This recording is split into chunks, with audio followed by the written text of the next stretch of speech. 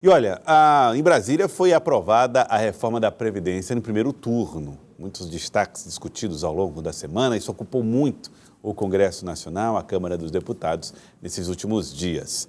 Nós estamos aqui ao lado do deputado federal Átila Lira, que vai falar a respeito deste assunto e outros aqui no Jornal do Piauí. Deputado federal Átila Lira, seja bem-vindo mais uma vez ao Jornal do Piauí. Boa tarde. Boa tarde. Como é que o senhor classificou essa jornada intensa que os deputados enfrentaram até a aprovação da reforma da Previdência em primeiro turno? Eu fiquei impressionado com a reforma, sobretudo pela aceitação da reforma. A reforma inicialmente tinha uma rejeição muito grande, mas ao longo dos debates ela se mostrou mais aceita perante a opinião pública e foi ganhando o próprio Congresso. Mesmo com a dificuldade do governo federal, do presidente Bolsonaro, de se envolver na reforma, mas o Congresso, sob a liderança do Rodrigo Maia e os demais partidos, conduziu o processo num debate que foi mostrando os pontos que eram negativos, se transformarem em pontos essenciais. A questão da aposentadoria rural, a aposentadoria das mulheres, dos professores, das pessoas absolutamente carentes, até a redução do tempo de contribuição. O senhor acreditava, o senhor imaginava que pudesse haver uma maioria tão grande em favor do governo? 379 votos? Não, de forma nenhuma. Eu, desde o início, era muito cético em relação a essa questão. Eu achava, por falta de empenho do governo, deveria haver um problema muito maior. Mas é como eu disse, o Congresso tomou a si a responsabilidade de fazer essa reforma justamente porque era um assunto já debatido há mais de 10 anos. A presidente Dilma tentou várias vezes fazer a reforma. Isso prejudicou o seu governo em não ter feito naquela época. O presidente Temer tentou também. Então, nós não tínhamos mais alternativa. A reforma ela é necessária porque ela tem que ter sustentabilidade. Ela representa o maior gasto público e não tem fonte de financiamento. Deputado, mas melhorou também o diálogo com o Congresso, governo e Câmara, por exemplo? Foi melhorando, isso é um processo. Foi melhorando a conversa do Congresso e a conversa com o governo e com o próprio judiciário. Por que o senhor decidiu votar a favor da reforma da Previdência, mesmo com o seu partido decidindo votar contra a reforma da Previdência? Eu acho que quem recorda o quanto eu falo aqui na televisão, que eu sempre fui favorável a essa questão da reforma, porque ela não é só uma matéria social, ela é uma matéria econômica. E eu vejo na reforma um instrumento que possa contribuir para retomar o crescimento econômico. Previdência é gasto, mas a previdência aprovada, ela significa também geração de emprego para a economia. Você está disposto a pagar o preço dentro da sigla, dentro do partido pela decisão? Dentro do partido, eu sempre defendi essa tese. Sempre defendi. E na reforma, ampliou o número de parlamentares. Eu achava que minha defesa era solitária. Mas hoje, dos 32, 11 votaram favoravelmente. E o partido, que no início dizia que não ia contribuir para a reforma, na etapa dos chamados destaques, um dos melhores destaques, que foi a redução do tempo de contribuição, foi um destaque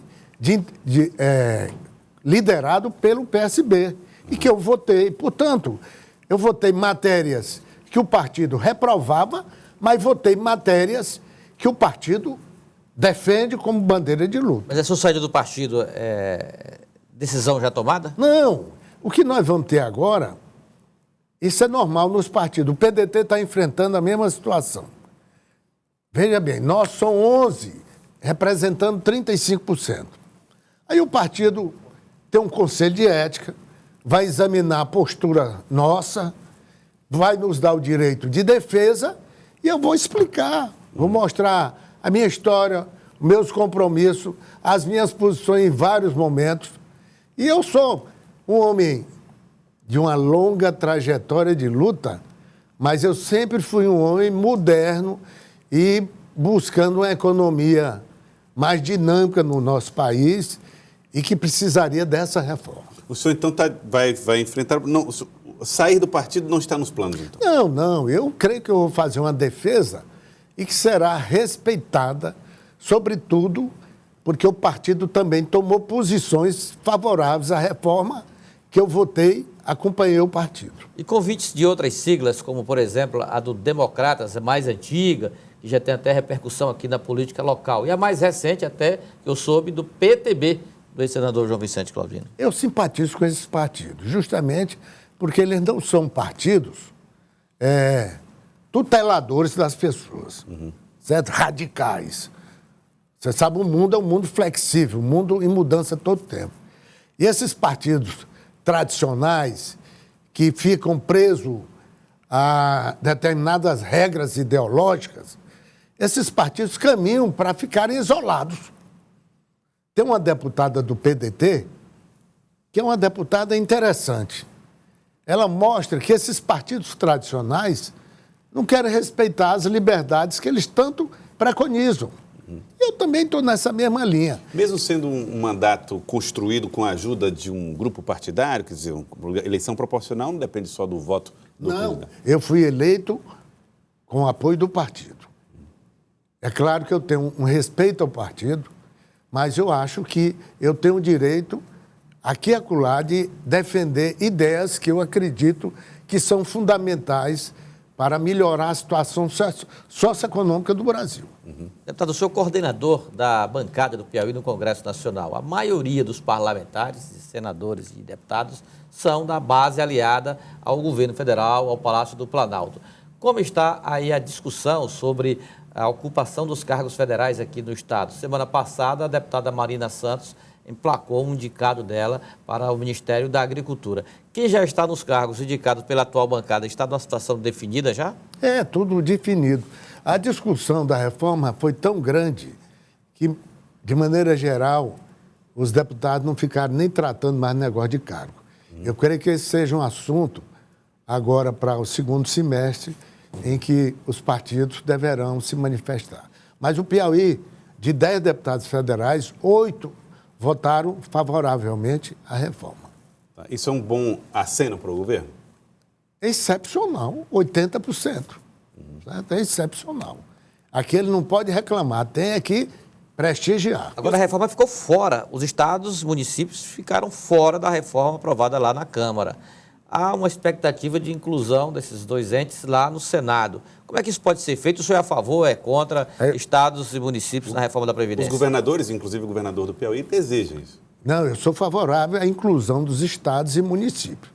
Eles são tão grandes quanto a reforma, tão grandes quanto a Previdência Federal. Não tem sentido eles ficarem à margem desse processo, que é o mesmo problema previdenciário de sustentabilidade e de mudança do regramento previdenciário. Então, eu creio que no Senado Federal,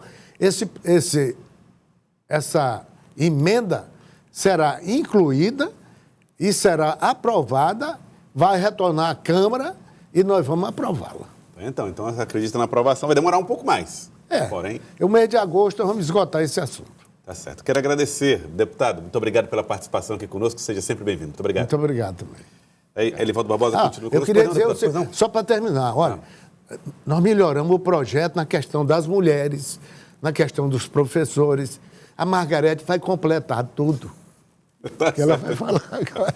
Tá bom, então, daqui a pouco uma entrevista com a deputada Margarete Coelho, aqui no Jornal do Piauí. Elivaldo continua conosco, tá certo, Elivaldo? E os policiais militares também, nós melhoramos. É um tratamento Então a Margarete vai salvar a pátria. Tá bom.